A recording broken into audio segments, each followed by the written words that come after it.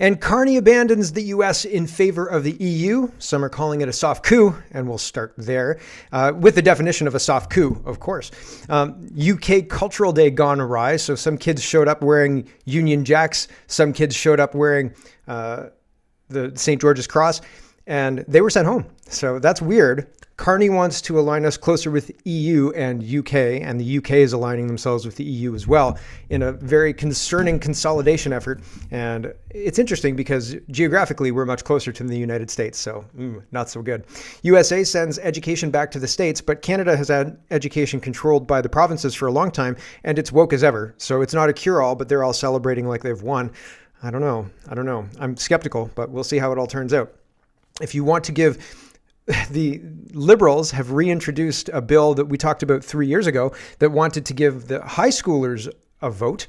And that's not ideal, right? Because high schoolers haven't lived. They don't understand what it is to pay rent. They don't understand what it is to be responsible for yourself. And unfortunately, that turns into voting for socialist parties because they don't understand the scope of how damaging a 60% tax really is. So that's a concerning situation, right? So I don't want that to happen, but the Liberals seem to be in full control of a minority House of Commons anyway, without Jagmeet Singh and his NDP, who are going broke, and that's interesting.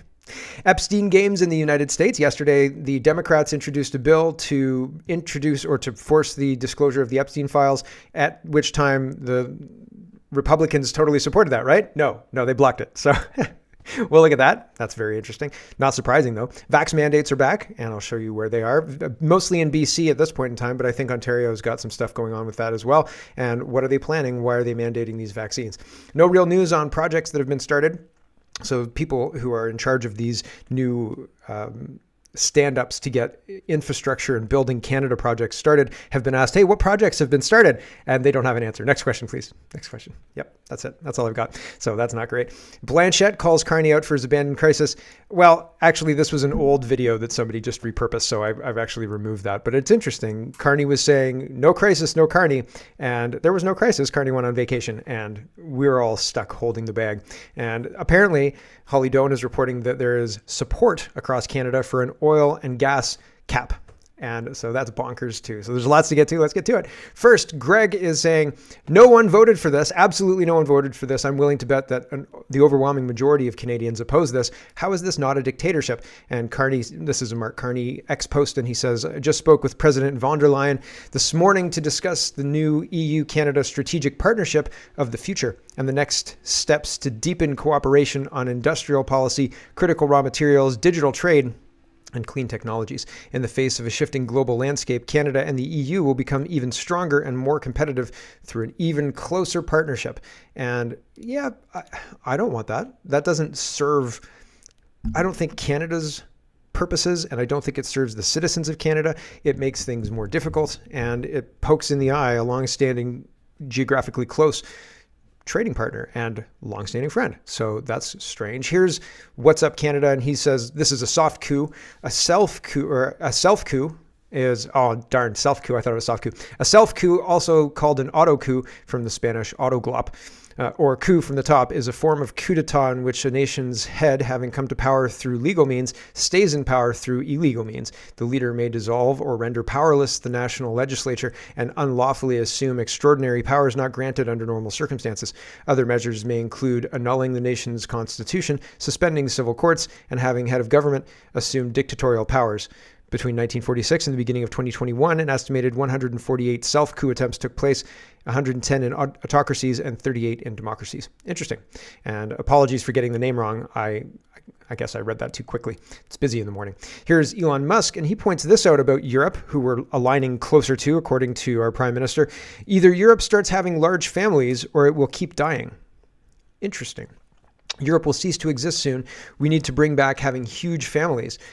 The problem is everywhere in the West, and the problem is the system. We demand that women are basically self-sufficient with a job that makes them $150,000 a year, $80,000, somewhere between $80,000 a year and $150,000 a year. And to get to that point, you've got to be 29, 30, 31, right? And if you're 31 and childless, that's not an ideal situation because, well, biology, right? And the older you get, the more likely there are issues with the baby, starting in earnest above 40, right? But even above 30 is problematic. A lot of women want to have babies before they're 30, but not all, right? And I'm not trying to make generalizations, but it seems that our system demanding this of women, because to get self-sufficient in the 1950s meant finding a husband. 1960s, finding a husband. 1970s, finding a husband and having a part-time job. 1980s, finding a husband and having a part-time job. 90s, having a full-time job and maybe finding a husband, but you could just get artificially inseminated. 2000, same, and so on and so forth. You see how the ideals have changed. And I think the age you can watch march up of women having babies, the average woman having a baby changed from like 17, 18 to 23, 24 to 26, 27. And I don't know if we're at 30 now, but the last I looked, and I was looking at population because a lot of babies, Canada's having a lot of babies if you look at the numbers, but a lot of people are coming to Canada, having a baby and then flying back home, and the baby is a Canadian and they get all of the government extra whatever, but our birth rate is not near replacement, and that's true in Europe as well. And again, it's because of our system. It's because of what we demand of women in order to have babies, and we can turn off the biological system that forces babies on the time frame that it demands. And so we turn that off and we say, you know what, ladies, if you don't have a 3-bedroom house, 1,200 square feet with, a car and a job that pays for it all, don't even bother having a kid, right? And that's just not how life works, but it is now. And that's what that's done is we've destroyed our society through that. And it's not helping. It's not causing a flourishing society. The culture is dying across the West. And that's obvious. It doesn't seem obvious unless you look around, unless you go to a Walmart. The Globe and Mail says, forget Europe. Let's free ourselves of the United States and forge closer ties with China? With China? What the? So the Globe and Mail is communist. Andy Lee says the Globe and Mail's editor-in-chief, David Walmsley, meets with Wang Di, China's ambassador to Canada, August 8th, 2024. So these people are compromised, right? Ryan says, holy crap, the media is out of control in Canada. Yeah. Let's align with China because that works out for all those Chinese people. Don't you like your 15-minute city and your digital prison? Yeah? No? Be quiet because nobody cares, right? And if you do figure out a way to speak up, you might get kidnapped by the state. Melissa says, I can't think of even one valid reason why Canada should forge closer ties with China instead of the United States. These headlines are unreal. Yep. People are kind of responding and saying, oh, wow, that's what the Globe and Mail is saying. Viva Fry says, I've said it before and I'll say it again. The Canadian government has caused Canada to become a national security threat to the United States. I think the United States is a security threat to itself as well. I mean, holy cow, how many states have been completely taken over by communists and or other countries, and or how many full combat forces are in the States just waiting for an order? And I hope that's incorrect, but there are people who are talking about that kind of stuff. And man, it seems very, very plausible. I hope that's wrong. Let's do our grab bag of governance. And there's a whole lot of just kind of not random, because it's not really random, but things that don't kind of fit together, but are happening within our government or around our government. And it's just a whole big grab bag. The Remanded is highlighting Payman and a bunch of other people are getting together and doing a people's parliament, and they're highlighting bad laws that lead to negative outcomes or over too much authority in the hands of a bureaucrat or middle manager or something to that effect. And so it's interesting what they're doing, and they're getting some traction, and I wish them best of luck. And who knows, I may get more involved indeed. But the Remanded said something new is coming out of British Columbia, a citizen initiative to look into bad laws within Canada. This particular quoted post on BC Mental Health Act and involuntary confinement, full episode links in the quoted post thread. So these guys and gals are getting together and talking about bad laws in Canada and highlighting the potential negative fallout of these bad laws. So it says Citizen Commission on the BC Mental Health Act and involuntary confinements, and they talk about what they're able to do. And there was somebody saying under the BC Mental Health Act, there we go, you can be held in confinement for the rest of your life. Wow. The rest of your life if they deem you mentally unwell. Crazy. That seems crazy, right? And so they'll just hold on to you if they deem you crazy forever, right? Kind of like 12 Monkeys, right? With Brad Pitt and what's his name? Bruce Willis. Here is one of the people who is charged with helping coordinate all of the new nation building projects Mark Carney's C5 has supposedly unleashed. And what's been done in the 15 odd days since C5 has been law? Nothing. Absolutely nothing whatsoever. Ryan says, if you need any more evidence that our government isn't rushing to start building these magical nation building projects, just watch this. Tim Hodgson has no idea what's even happening. He can't even name one single project. He makes it a guessing game for the media to figure out. Right? These people are insufferable, unbelievable stuff. Here we go. Here it is. For Mr. Hodgson, so we talk about... it has been a couple of days, 2 days, 3 days since an incident of fast talking. Okay, here's the question. Of the major projects, the nation building projects, are there some or any projects that are sort of at the top of the list at this stage in the discussions?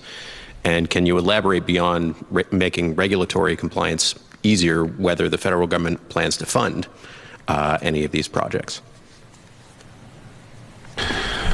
So we are very much in the consultation stage right now with our colleagues in the 13 provincial governments who have perspectives on major projects, with First Nations partners who have perspectives on potential projects, and with proponents on potential projects. There is no specific or ranked order list today. What I could tell you is the projects that come to the top of the list when you sort them by our 5 criteria are likely to be the ones that would be getting designated earlier rather than later.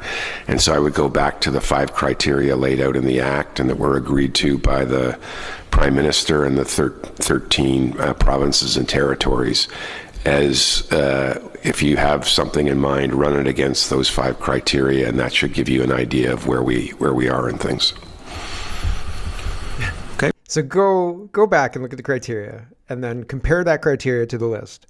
And the ones that have the most criteria will rise to the top, and that's your answer. Bob's your uncle. So next question. Thanks. That was absolutely useless. Perfect. Waste of time, right? And they mean to waste our time.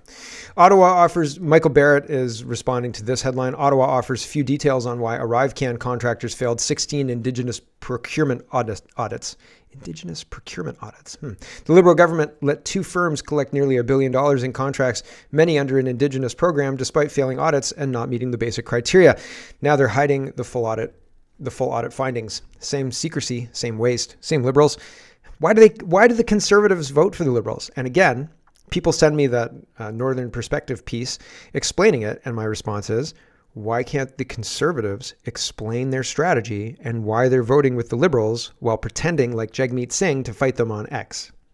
Because it looks like a strategy to screw me and not a strategy to bring down the government or win the next election or do something about the rigged election, which they don't talk about. So if they're not going to explain why they're voting with the Liberals, and instead they're going to pretend on X that they're fighting the Liberals while supporting them in the House of Commons, I'm going to watch the support in the House of Commons and make my decision based on that, not on the bullshit posts on X where they say, oh, these Liberals, they're the same people. Yeah, well, you keep supporting them, morons, right? So unless you've got a good explanation for that, I got no time for this crap. Holly Doan is reporting, and she unblocked me, so it was good. I got blocked by her hacker because I called him out. Or her out, I guess. I don't know if it was a him or her. And then they blocked me. And then when Holly Doan got her account restored, I was like, yay, Holly Doan. Oh, I'm blocked. I was like, congratulations. Oh, why am I blocked now? And then I sent an email. And so I said, hi, I run this show. I promote your content. I think you guys do a great job. Thanks so much for what you do. Can you please unblock me? And not that I don't have access, but it's just one of those things that I think it was unintentional and she didn't know that I was blocked. Anyway, regardless, I'm unblocked now, so that's good. She's reporting Liberal organizers petition the Commons to give high schoolers the vote. Petition sponsor is MP Nate. So this is Nate Erskine-Smith, and he's one of 20 Liberal MPs to support identical private bill 3 years ago. So they're trying to bring this back. We've talked about it before. It's a terrible idea. Kids don't understand the implications of real life. They don't get it. And 60% tax is too high, and we're being taxed, I think, even higher than that if you look at everything at all levels of government. So it is. We pay tax on taxes, and our government pretends that this is a good idea, and they want to tax the gains you make on your house. So unbelievable. Leo Housakis, Senator Housakis, says Ottawa is asking Canadians what they want to see. How about a budget? Actually, I want to see all of them held accountable for their crimes during COVID. And I want to have them in front of a court, and I want them to have to explain themselves fully to people who are skeptical about their answers. That's what I want. Anyway, Housakis says, how about 1, a balanced budget, 2, lower taxes, 3, proposals that attract foreign investments, 4, policies that unleash our energy sector, 5, plans to reduce bureaucracy while incentivizing services, or while increasing services. Yeah, sure, that's a good short list. We could do that, but again, I wouldn't trust the current people in charge to deliver on any of those promises, because like a genie, right? If you wish, I guess genies are supposed to be tricksters, or they're supposed to be like to give you your wish in a bad way somehow. Not Aladdin's genie, but like other genies. So if you wish to be like a really good jumper, they'll turn you into a frog or something like that. Like, I want to be the best high jumper ever, and then we like, poof, you're a frog. And so maybe that's a different thing. Maybe that's a counter genie. I don't know. Anyway, it doesn't matter. I feel like the Liberals are like that bad version of the genie. And they would say, oh, well, we've lowered your taxes by destroying your ability to earn money, and here's your stipend of cricket bread. You know what I mean? Like, oh, I guess that's true, but it's not good, right? Like, yay, I can jump high, but I'm a frog. So darn. Tamara Litch is reporting a reminder that Chris Carbay, who was granted bail 2 weeks ago on June 30th, is still in prison. I said, why? I don't have any information about what's going on, if that's legit. Somebody says, Gloria says, I believe he's getting out today, last I heard, praying that's true. And Tamara Litch agrees. I don't know, but that seems petty and wrong of the people who are in charge. It seems like they're very punitive consequences, not letting, if you let violent criminals out on bail same day as they're arrested, and you let other people who are fighting the Canadian government for their freedom rot in jail 2 weeks after their bail has been granted, seems punitive. Seems like they're not treating everybody the same. Two-tiered legal system? Yeah. Juno News says TikTok CEO is seeking an urgent meeting with Industry Minister Mel Joly as the company prepares to wind down its Canadian operations under a federal shutdown order issued last year. I have never installed TikTok. I've seen TikToks because people come up to me and say, you've got to see this video. And I've seen them on X and Twitter. And so it's not that I've not seen TikTok. It's just that I'm completely agnostic. I don't care if TikTok ever goes away. I don't care. It doesn't bother me one bit. I don't care. And I know there are people out there who are like, oh, this was a big deal. I don't care. I don't care at all whatsoever. I don't care. So if they stay or if they go, it doesn't impact me one iota, not one bit. I don't care. So I just thought people should know, though. They're trying to last ditch. Trump was going to do the TikTok ban, and then he said, oh yeah, TikTok can stay. Maybe Elon can buy them. And then I guess Elon Musk looked into that, and that didn't happen. So I don't know. Again, it seems just like another vector to push propaganda. It seems like it's proven that TikTok is pushing wasting time and dancing and dangerous videos in the United States that are addictive, just the same, but dangerous, mind-wasting, time-wasting videos. And then in China, TikTok is showing science experiments and how to do wall sits better or something like that. I don't know, whatever thing that you're trying to do, it's telling you how to do it, and it's learning and like improving, et cetera, et cetera. So their kids are smarter because they use it, and our kids eat Tide Pods, I guess, which maybe is the goal of the app in the first place. But nobody's making you use it, right? Nobody's making your kids use it. CTV News reports Canada needs major increase in warfighters, military analysts say. I'm shocked. I reported recently that they just changed the timeline on the recruitment because they didn't want to fail so badly. They're like, yeah, we'll get to the recruitment whenever we get to the recruitment. Okay. So as soon as we become part of the EU's army, that's when they'll implement the draft, and everybody who is drafted will, just be drafted, and that'll be that. And then the increase in warfighters will just happen because of that connection to the EU and stuff. I hope I'm wrong about that, but it feels like the people in charge of the military don't seem to actually care about the military, and in fact want to make it into a woke military. And I think they're pretty sure that they'll be able to onboard all of the drafted recruits into their woke cult. And if not, well, now you're a military guy. They'll bring charges against you and then put you in a military prison. Dean says student unemployment in Ottawa is sitting around 20%, with endless stories about young people handing out hundreds of resumes and getting nowhere. And yet there are hundreds of LEMA requests for food service, admin assistants, and landscapers. What are we doing, Canada? We're being invaded. That's what we're doing. We're being invaded in real time. And our government is paying for it through these LEMA things, and incentivizing the businesses to use those LEMA things and have the government pay for it. They want that to happen. Here is this Fox News guy, Stephen Miller. James Woods likes this breakdown. I think this is true. We'll listen to, I think, the first minute. Maybe we'll listen to the whole 2 minutes. Here we go. The left has been trying to shove Marxism, socialism, and communism down the throats of the American people for generations now. They ultimately were not able to do this during the Cold War because the middle class revolted against communism and Marxism and social engineering. The left shifted their tactics. The Democratic Party shifted their tactics to use migration as a weapon to break down the middle class and to gain political power and control in this country. They used migration to destroy our public education system, to destroy our healthcare system, to destroy wages and working conditions for the middle class of this country, and in effect, to destroy social and community cohesion.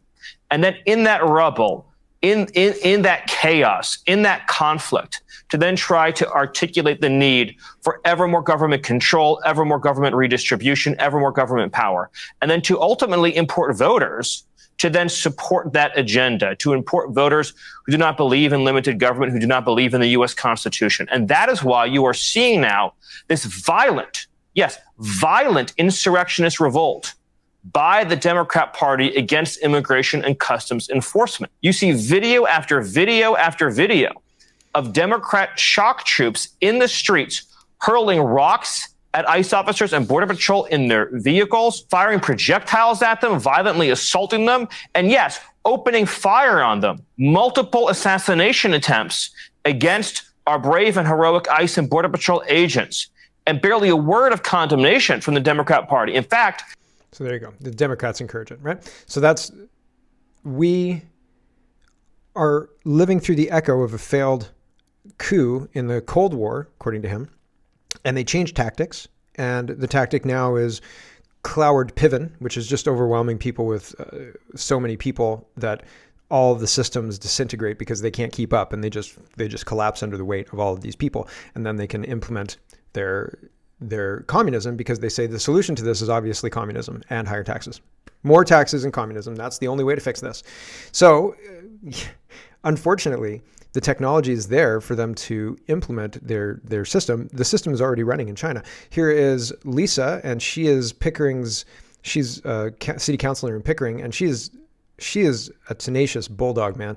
She has had everything thrown at her, and she continues to come back and fight with a smile on her face and inform people. So good for her. Here she's talking about surveillance cameras that have gone up in Pickering, and nobody in Pickering has been told about them. This is 15-minute cities. This is geofencing. All of this is in play right now in Ontario, and nobody knows about it, and Pickering's hiding it, and Lisa's exposing them and taking heat for exposing them. Hey guys, Councillor Lisa Robinson here. Today I want to talk about the 15 overt surveillance cameras installed across Pickering, Ajax, and Oshawa, without a vote, no public consultation, and no debate. And as a disclaimer, I just want to say I think there's more than 15 overt cameras, but I haven't checked on it lately, but I have put a message in to Durham Regional Police to find out. Now back to these cameras. They say that they're for public safety, but the truth? This is something far bigger. This is the early infrastructure for a smart surveillance state, and it's happening right here under our noses. When I started asking questions, I got the runaround. A constituent reached out to me in June of 2023 asking why all these cameras had quietly been installed across Pickering, with no notice, no debate, and no transparency. So I asked.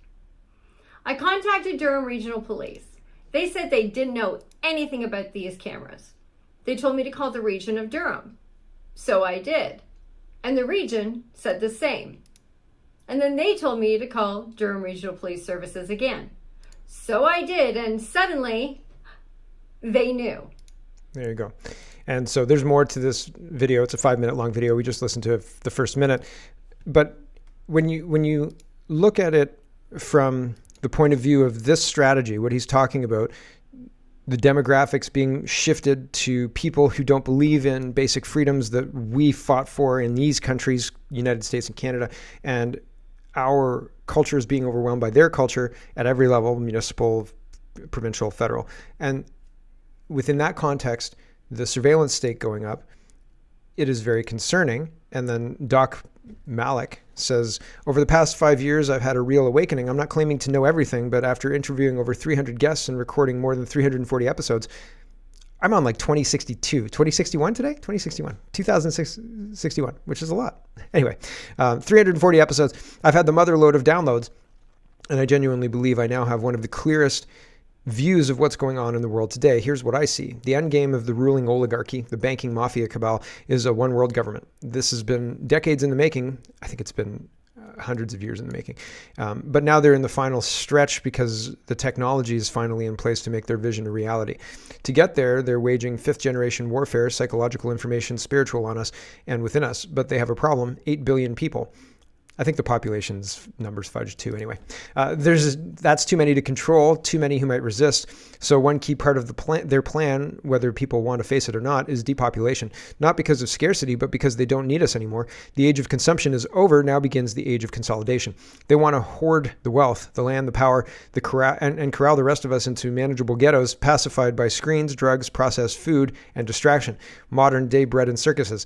They want us dumbed down, sick, spiritually empty, short-lived, and obedient. Why? Because these people are anti-human. They're using the climate agenda to convince us we're a blight on the planet. So we censor ourselves, stop traveling, stop reproducing, stop living, and build the very prison we'll walk into willingly, all in the name of saving the planet. The end game, one world government. One set of laws for us. The laws will not apply to them, just like during COVID, by the way. Right? If you're Kenny and his group of people, you can hang out on a restaurant terrace and drink alcohol together and hang out, and that's no problem, no masks. But if you are me, I can't go to the grocery store without a mask, right? Bull poop.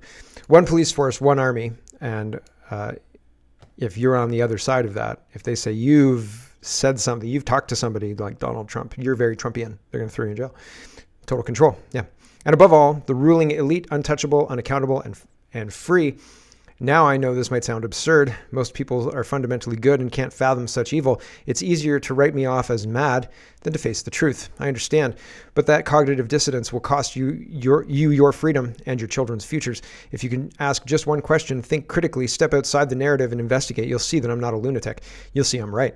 And this is real. We must resist. Now, we must inform and awaken as many people as we can. Share this, share others. Even if even a fraction of the 8 billion people wake up, this agenda crumbles. I think that's true. And I think that I was hoping that Trump would come in and lay the agenda bare, but it looks like my hopes were misplaced. It really is that simple. But I do think that if people realize what's going on, the agenda falls apart because people won't comply. Just like COVID. Like COVID, people didn't comply. And the people who were complying were worried that the people who didn't comply were going to die. And when we didn't die, the lie collapsed, right? And so all we have to do is say no. All we have to do is say, that's crazy, you crazy people. And it collapses. But they have surveillance powers. They have censorship powers, the likes of which we do not understand. Here's Lisa again. This is a different video. City of Pickering just took $10,000 to sell your privacy to Enbridge without your consent. What other municipalities are they gathering data from? I would be shocked if Guelph wasn't among them. How do you opt out? I don't think there is an opt-out, but we should have an opt-out. Here we go. Hey guys, Councillor Lisa Robinson here. Today I want to lay it out for you. The City of Pickering has quietly built a surveillance state, and you paid for it. They know your gas usage, they track your car, they monitor your phone. They track when you enter and leave the city. They collect data when you visit parks, go to the gym, register your child for a program, or pay a parking ticket. This isn't a theory. It's in the contracts, the agreements, and the budget documents, right there in black and white.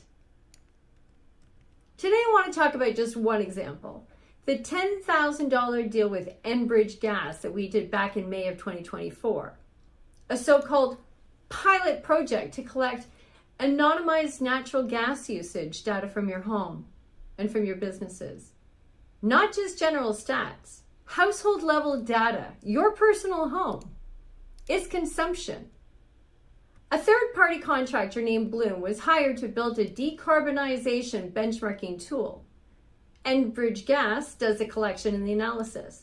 The City of Pickering can request access to your data as long as they ask within 2 years of commencement of this project. So you need to ask yourself, why would the City of Pickering want access to your private information? And if this was such a great idea, why isn't the City of Pickering screaming it from the rooftops, celebrating it with public town halls and open forums? Why the silence? That's not passive, that's surveillance. And the reason? So Pickering can meet its ICLEI and Corporate Climate Action Plan targets. What is ICLEI? It's a global governance network tied to the UN and the World Economic Forum. Pickering signed on back with them back in the early 2000s. Their visions include car-free zones, which is already part of Durham Region's long-term planning, and the Pickering has already adopted those plans. Geofencing, already active in our scooter programs and now being implemented on our trail systems. Digital IDs, behavioral-based tracking, net zero regulation, and yes, surveillance. And don't forget about the 15 or possibly even more now overt CCTV cameras recently installed across Pickering, Ajax, and Oshawa. Scary stuff, right? Scary stuff. And so they're moving to use this just the same way China's using it. And so that's concerning and should probably concern us, right? And we should know about that. Anyway, the stream is, we've got to say goodbye to the stream. So thanks for watching, everybody, and we will catch you tomorrow. And for everybody else, we will carry on. And Alberta Plumber, let's talk about trade. Safeway in Calgary, this is the U.S. trade war that's ongoing. And apparently a grocery store in Calgary is